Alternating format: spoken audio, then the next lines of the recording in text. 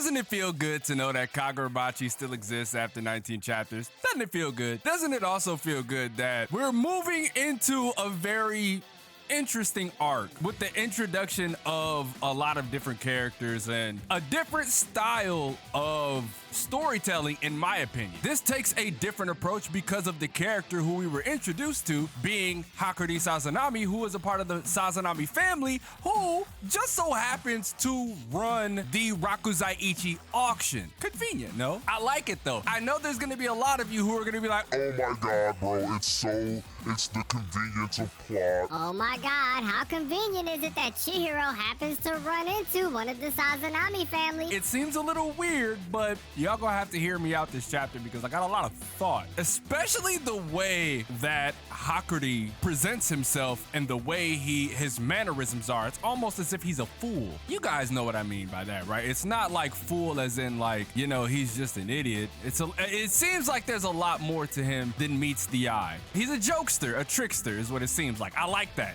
because that's going to introduce a whole new aspect that we're going to have to learn about in this, and that is the idea of sorcery, which we haven't really got to touch on because it's been more sword focused than sorcery focused. And now that we're moving into the den of sorcerers, we're going to really start seeing just how they operate. And I told you guys, Sojo is not the main bad guy. You would love for him to stick around because yes, he is indeed pretty cool. But like, we need to understand who the real villains are here. Y'all should have knew that, right? From day one. We didn't see not one person who was there who killed Chihiro's dad. Right? Sojo was not a part of that clique. He was just some hired hand, which, like I said, it's interesting because if Sojo was that strong, then just how strong are these sorcerers that we're going to be going up against? And like I said, man, I got some more interesting things to talk about. But yeah, as y'all know, man, it's DomoSenpai. Sorry I'm late. My mind hasn't been in the right place. Been really down as of late, but let's not let that deter us from enjoying a lot of the things that I should be enjoying, right? And the things that I should be doing. Don't worry, I'm actually getting into a very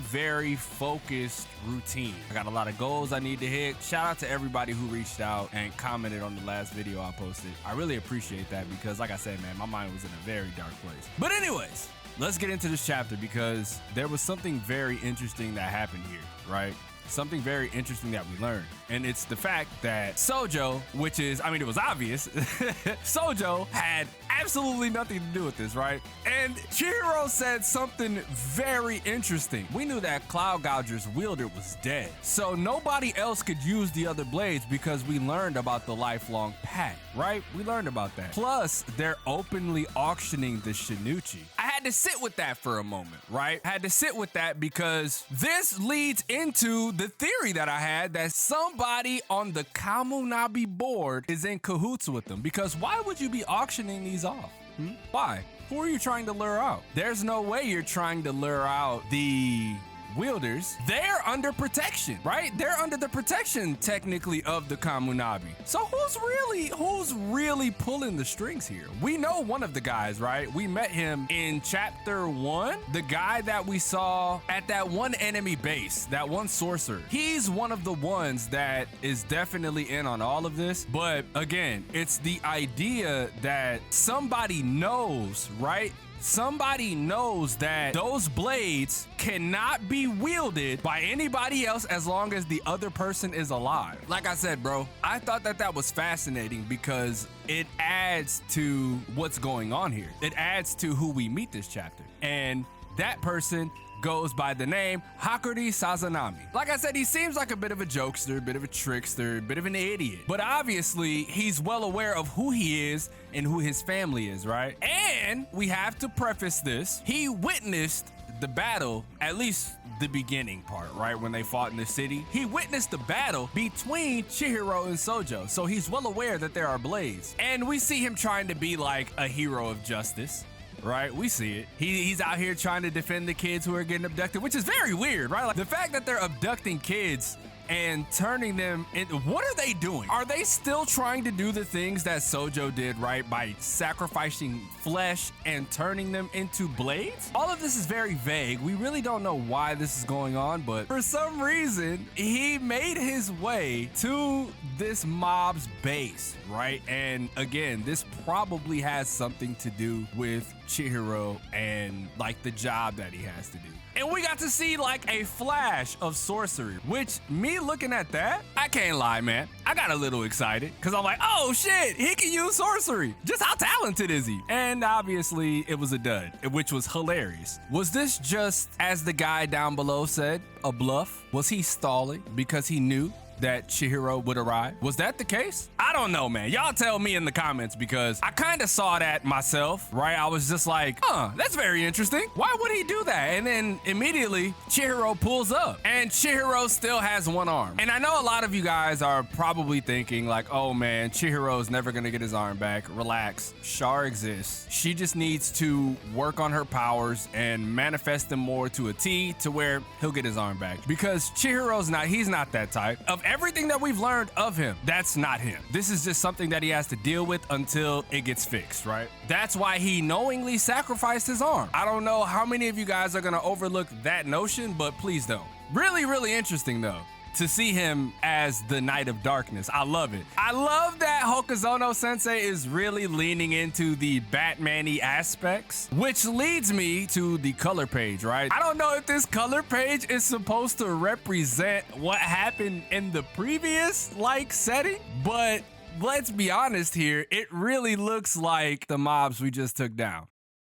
As we progress, it's what we already realized before. We knew Sojo was a puppet. At least I knew Sojo wasn't the brightest tool in the shed. He had people handle those things for him. His only focus was fighting. That was the only thing he understood, was destruction, rage, bloodshed, all of that. That's all he knew. So he's a guy that you could easily manipulate. And how funny that we leave from there seeing the guy who is going to be running the auction, right? He's from the Sazanami family, or so we're meant to think, because Hakury says something that's very interesting later on. Chihiro went on his whole little streak, smoking everybody, gets to asking questions, and Hakury pretty much introduces himself. And I love this panel right here, right? Like this bottom piece, because it's just hilarious. I'm foreseeing that Hakury is either, there's one of two things here. He's either going to join us or he's really good at putting on a mask, right? Like I said, it's either of those two, but I'm leaning more so towards the former than the latter because of what he says. He says, yeah, you've heard of us.